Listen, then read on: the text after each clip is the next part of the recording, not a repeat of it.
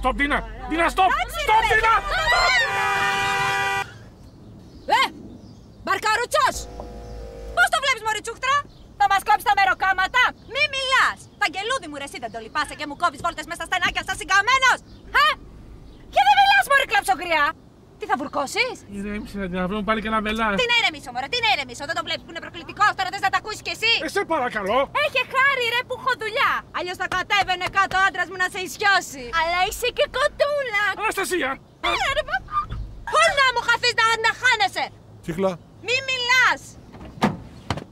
Όταν μιλάει πολύ η οικογένειά σου, την πληρώνεις συνήθως εσύ, όχι στην επικοινωνία σου.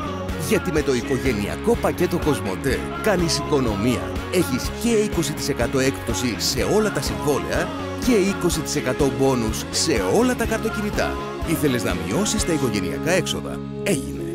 Κοσμοτέ. Ο κόσμος μας εσύ. Έτσι όπως τα έκανες, βγάλ' τα πέρα μόνος σου τώρα. Εγώ δεν ανακατεύομαι.